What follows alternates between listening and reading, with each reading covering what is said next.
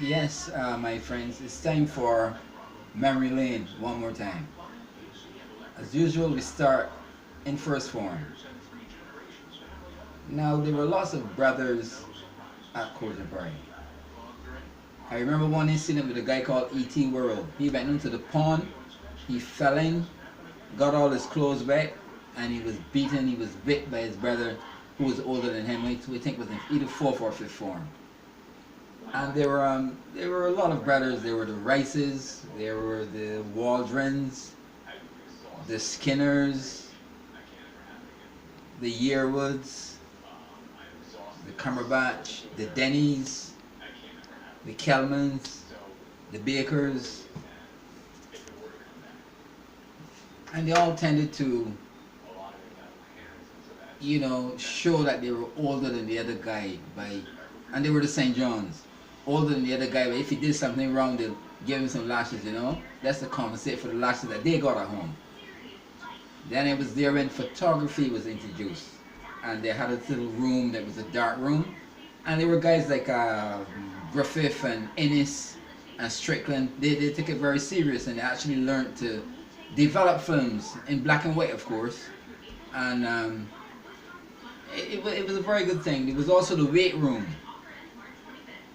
They brought some little weights, and there were some guys who were very, very serious about it. And one guy who was on this chat, I remember he boasted no nonsense in that room.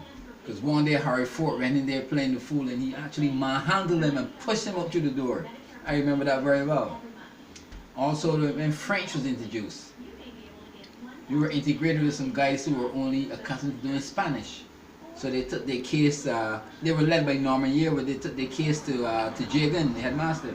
And he listened, patiently. And afterwards, you know what his verdict was? Get a French book.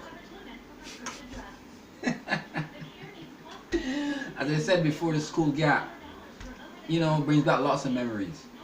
I remember one morning, because of Ice, Curtis Hines, Ice, his father used to let him drive the car, across the school gap on mornings, and it was a power steering, And one day he passed us, we were walking, trying to, how it is, you see it, so he trying, and the car jumped the curve, the cuscus grass, and straight into the pool. I wonder if he remembers that, but I do. It's also the school gap. You're late on mornings, you're at full pace, you're trying to get away because you don't want that green Hillman Hunter to catch you. Or was it the same Vogue? I don't know. But anyhow, they both look the same. Because he used to take his daughter to Alexandra School, Jagan. So you're trying to get across there quickly, and you don't want him to catch you because you're already late. Then there was the Rockland bus. We used to stay at the bottom, because in the Rockland bus, open bus. We used to stay at the bottom of Church Street by Wally's. And when it swings around the corner to come up, we'd jump aboard through the open spaces. But there was this one conductor called Big Eye Priest. And Big Eye Priest would mark the guys who got in, and just after a few feet, he would stop and say, you out, you out, you out, all of you out. Then sometimes you had guys who when they left school, they came back and taught, Jamaica, Worrell. He left school, came back the next year, and taught like as a substitute teacher. So this is exam time, and came into our form. Of course, we have no respect for him. So we go outside and we play cricket. And he reported us to Mr. Yearwood, Jagan. So we had to go there at 3:30. So we're all in there, right? And each of us, he asked the question, like, why did you go to cricket? And before he could answer, he'd say, but of course, if you have any sense, you would have been inside revising, knowing that this is the election, this is the examination term. And he did that to each and every guy. There were 30-something of us. Of course, we said not a word of trembling. He gave us some lines. Then there was one incident in the hall where some other guys who were on this chat, and they actually got blamed and being included in this debacle.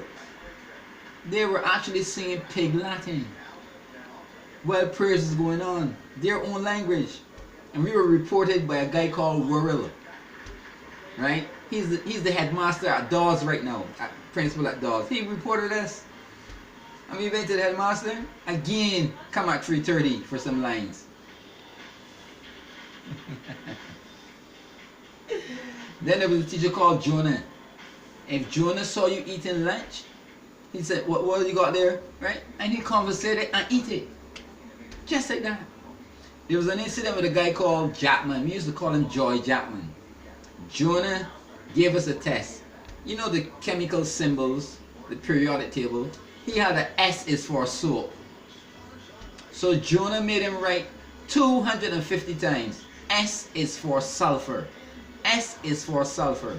And he did. Jonah came back the next day and I said, Jackman, what is S for? He said, sodium. Then there was Dougie Corbin teaching geography. And there's one guy who is on this chat right now.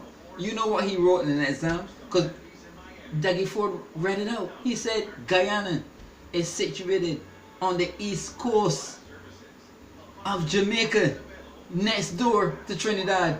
And Dougie Ford read it out. Then it was George Knight teaching scripture. He read this one. This guy wrote, he's on this chat too. Let us build 3 tabernacles. One for us and one for them. Imagine that. 3 tabernacles. One for us and one for them.